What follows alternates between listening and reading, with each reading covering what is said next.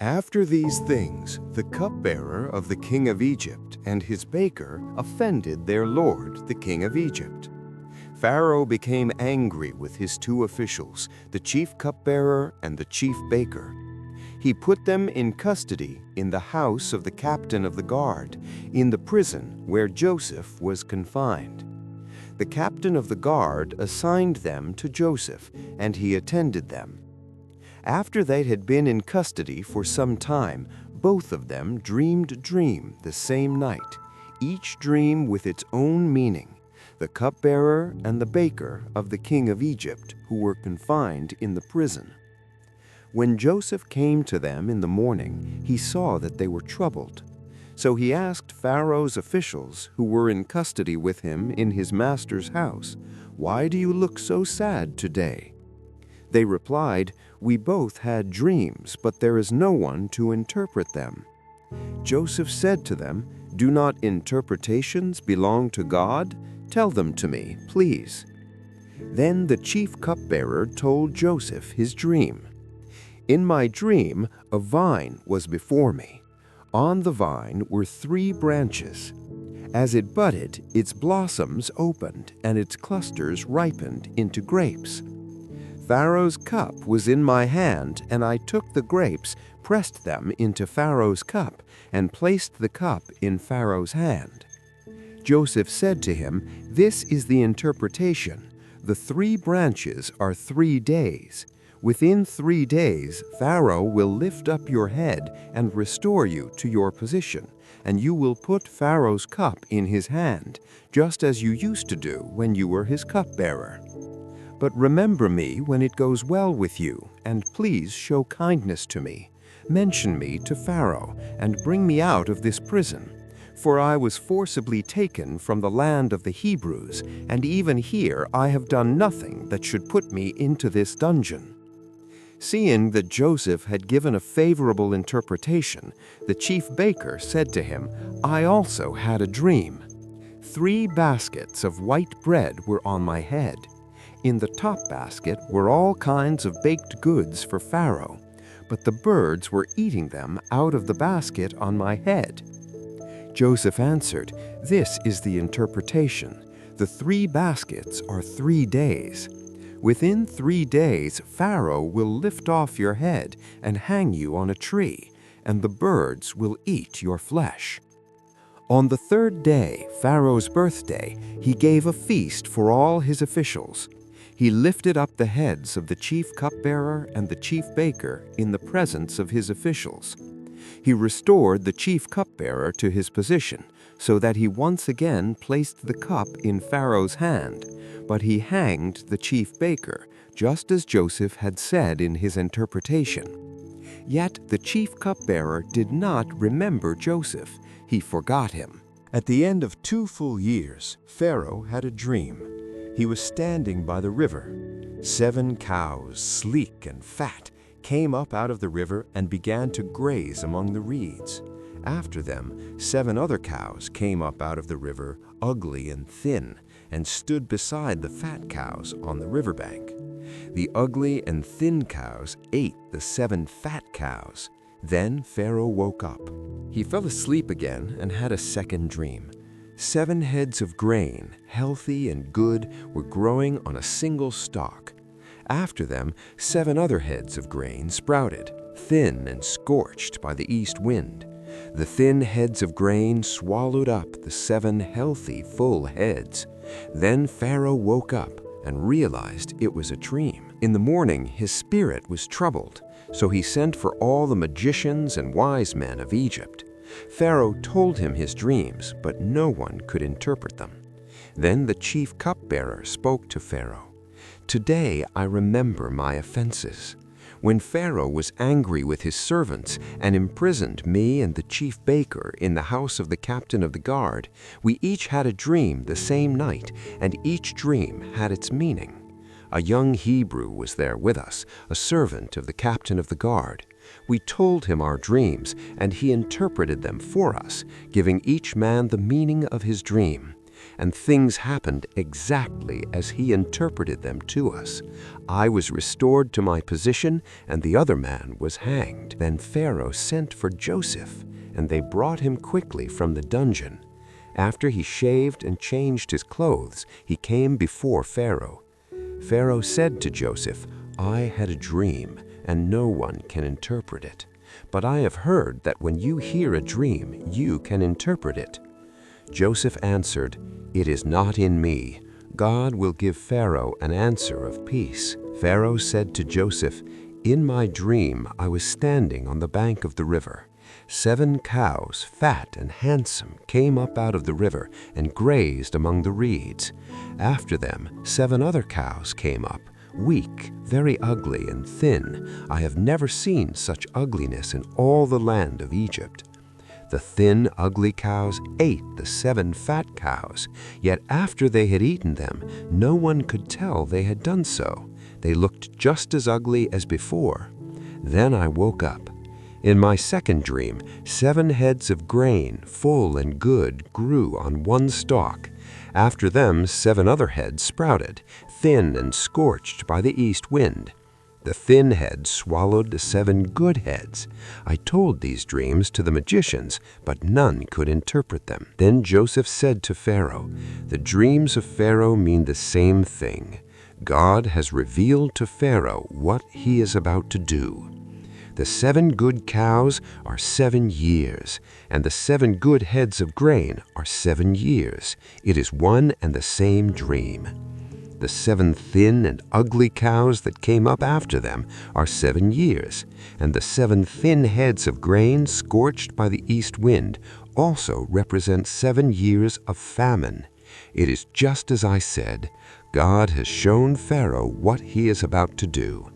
7 years of great abundance are coming throughout Egypt, but 7 years of famine will follow them, and all the abundance in Egypt will be forgotten, because the famine will be severe. The abundance in the land will not be remembered, because the famine that follows will be so grievous.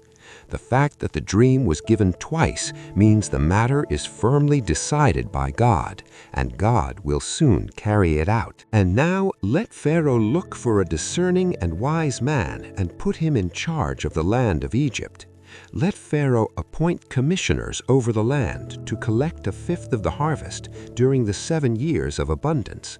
They should gather all the food of these good years and store up grain under Pharaoh's authority to be kept in cities for food. This food will be reserved for the land to use during the 7 years of famine that will come upon Egypt, so that the land will not perish." The proposal pleased Pharaoh and all his officials. Pharaoh asked them, "Can we find anyone like this man in whom is the Spirit of God?" Then Pharaoh said to Joseph, "Since God has revealed all this to you, there is no one as discerning and wise as you. You shall be over my house, and all my people shall submit to your word. Only in the throne will I be greater than you."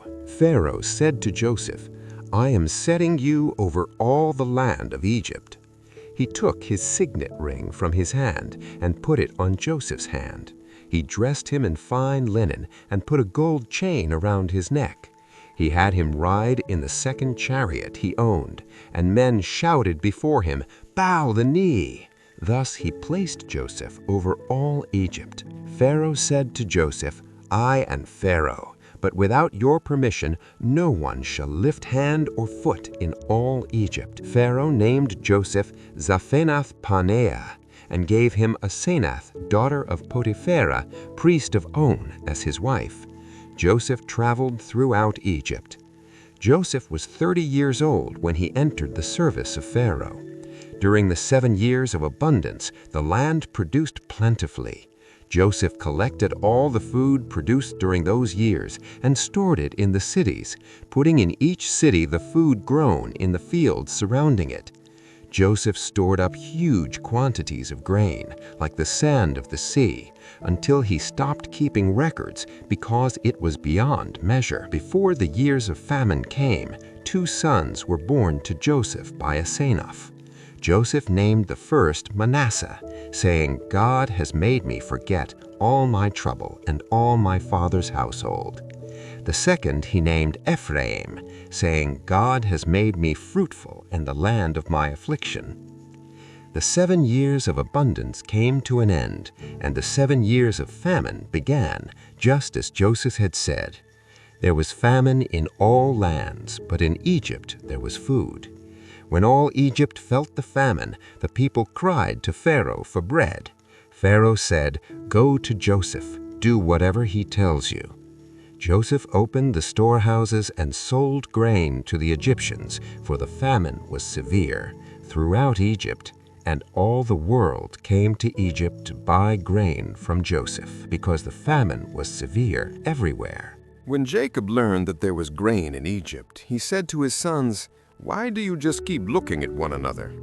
He continued, "I have heard that there is grain in Egypt. Go down there and buy some for us, so that we may live and not die." Then 10 of Joseph's brothers went down to buy grain in Egypt. But Jacob did not send Benjamin, Joseph's brother, with them, for he said some harm might happen to him. So the sons of Israel were among those who went to buy grain, for the famine was in the land of Canaan.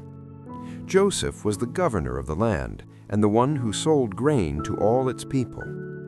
When Joseph's brothers arrived, they bowed down to him with their faces to the ground.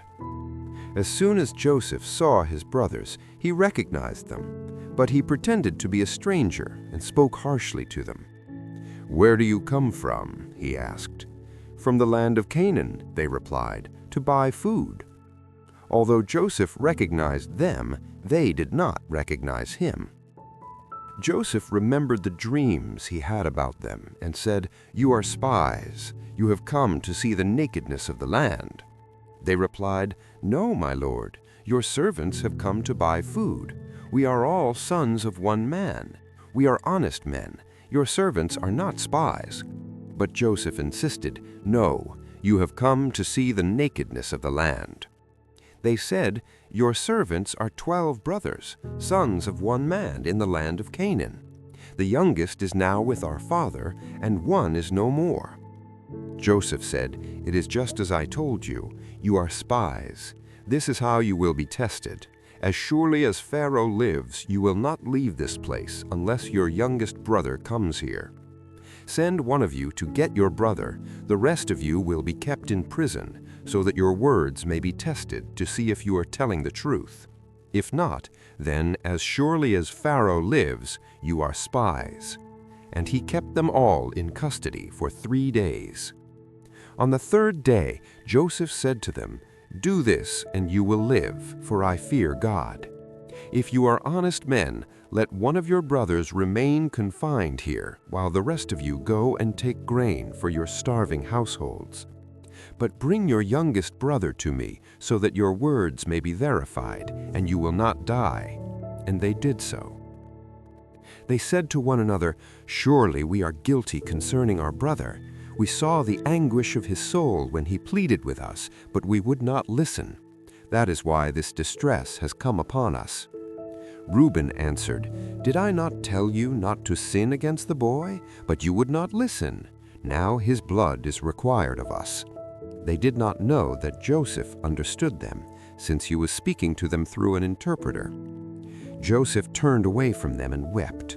Then he returned, spoke to them again, and took Simeon from them and bound him before their eyes.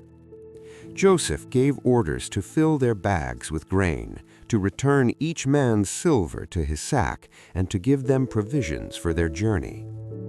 After this was done, they loaded their donkeys with the grain and departed.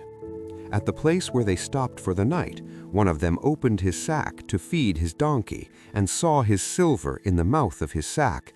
He said to his brothers, "My silver has been returned. Here it is in my sack." Their hearts sank, and trembling they said to one another, "What is this that God has done to us?" When they returned to Jacob in Canaan, they told him all that had happened. They said, "The man who is lord of the land spoke harshly to us and accused us of spying on the country. But we told him, 'We are honest men, we are not spies. We are 12 brothers, sons of one father. One is no more, and the youngest is now with our father in Canaan." Then the man who is lord of the land said, "This is how I will know you are honest. Leave one brother with me, take food for your starving households, and go.